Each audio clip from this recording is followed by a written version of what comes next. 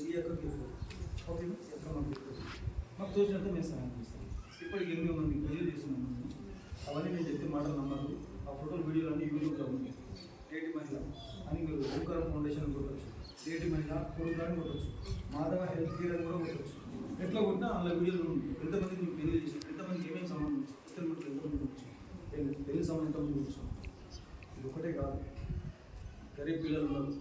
నా కొడుకు మంచి ప్రైవేట్ స్కూల్లో చదివించాలని ఉంది, చదివించలేని స్థితిలో ఉంటున్నారు తల్లిదండ్రులు. కొంతమంది లేరా చెల్లె? అట్లా పుస్తకాలు, పిల్లలకు పుస్తకాలు కొనిస్తున్నాం, పెన్నులు కొనిస్తున్నాం, బ్యాగులు కొనిచ్చినాం. అవసరమైతే కొన్ని జాగాలలో స్కూల్ ఫీజులు కూడా ఎంతో కొంత సహాయం చేస్తాం. జనవందన నాడు నీ కొడుకు కబడ్డీ పోటీలకు వెళ్తాడు, వాళ్ళకి అవార్డులు ఇస్తారు తెలుసు కదా, ముగ్గుల పోటీలలో అవార్డులు ఇస్తారు. అట్లాంటివి కూడా ఎన్నో చేసినాం.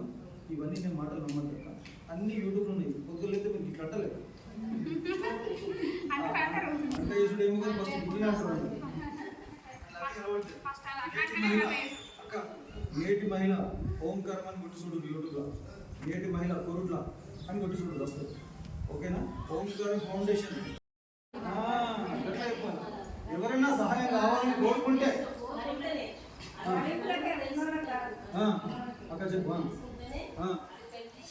ఎంతో కొంత సహాయం చేస్తాం. ఈరోజు 100 రూపాయలు కట్నం వేయాలి రోజులు ఉన్నాయమ్మా, చేస్తాం. ఇంకా నెక్స్ట్ రెండవది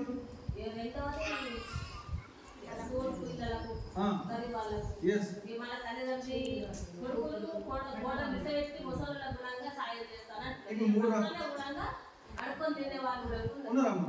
ఎక్కడ కులం ఉన్నారు, చిన్న కులం, కులం అవసరం లేదు, అడుపుకోవడానికి కులం లేదు, అడుపుకోవడానికి కులం లేదు. నిజమా కాదా? ఈ 3 సహాయం చేస్తున్నామమ్మా. మరి మంచిగా మంచిగా ఒక్కసారి మరి సంస్థ పెట్టినటువంటి చైర్మన్ తాళ్ళపల్లి మనసకు ఒక్కసారి ఆ తాళ్ళపల్లి మనస యొక్క భర్తను నేనే, నా కుమారుడు ఒకడే. ఆవిడ కూడా మీలాగా లీడర్. ఒకప్పుడు వాళ్ళ సంఘంలో ఒక ఆవిడ కరోనా వచ్చి అల్లడి వెళ్ళిపోయింది 2021లో. కరోనా వస్తే మన పక్కింటి మన అక్క, మన చెల్లె, మన అత్త, మన అమ్మ ఓళ్ళు కూడా వాళ్ళని ముఖం కట్టుకొని ఇట్లా ఏమైనా పడేసిపోయారు. నిజంగా అట్లాంటి పరిస్థితి ఆ పక్కింటి ఆవిడకి వచ్చింది. ఇలాంటి పరిస్థితి రావద్దు, మనం సహాయం చేద్దాం అని ఏం చేసిందంటే ఒక కార్యక్రమం స్టార్ట్ చేసింది. అసలు ముఖ్యంగా నా వృత్తి ఇది కాదు. నేను గుడిలో పూజారి, నేను జాతకాలు చేస్తాను, నా వృత్తి అది.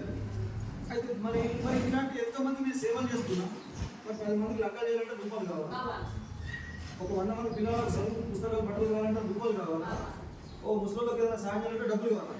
ఏం చేయాలంటే డబ్బులు ఇవ్వాలి. మరి ఇవన్నీ ఎన్నికలు కావాలా? మరి నాకు ఏదైనా వేరే ఆదాయ మార్గం ఉంటేనే కదా చేయొచ్చు. అయితే మాకు ఫ్యాక్టరీలు ఉన్నాయన్న, బట్టల ఫ్యాక్టరీలు ఉన్నాయి, మందులు తయారు చేసే ఫ్యాక్టరీలు ఉన్నాయి, అన్నీ ఉన్నాయి. దేవుళ్ళలో రియల్ ఎస్టేట్లు ఉన్నాం, 10 మందికి సేవ అవుతుంది. అయితే అందులో వచ్చినటువంటి సంపాదన ఏదైతే ఉందో ఆ సంపాదనకి చెల్లె బీపీ షుగర్లో జీవితంలో గురించుకుంటుంది. పక్షవాతం ఎవరికి వస్తుంది? బీపీ షుగర్ వస్తుంది. ఇది పక్క తలుపులు ఉందంటే కుక్కలు వస్తాయి, పందులు వస్తాయి, మనుషులు వస్తారు, వేరే చేసుకుని వస్తారు, అందరూ వస్తారు. అదే ఈ తలుపు చాలు చేస్తాడు, ఏదో మనకు బీపీ షుగర్ ఇస్తుందంటే ఏదో ఒకటి చాలు చేస్తాడు. నేనేమంటున్నా అంటే మా దగ్గర శాశ్వత పరిష్కారం. నేను పెట్టుబడి పెట్టి నేను జాగ్రత్త వాళ్ళందరూ జీతాలు నెలకు 300 రూపాయలు. ఇది క్లియర్, ఇది మంచిగా మంచిగా. మరి ఇక్కడ నేను మిమ్మల్ని నమ్ముతున్నా, మీరు మమ్మల్ని నమ్ముతున్నా. ఇప్పుడు నేను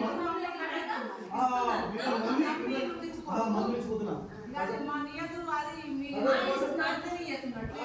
అంటే సగ్గకపోతే పైసలు వద్దు నాకు అంటే నేను మిమ్మల్ని నమ్మినట్టే కదా. ఈ మాట ఎవరైనా చెప్తారా?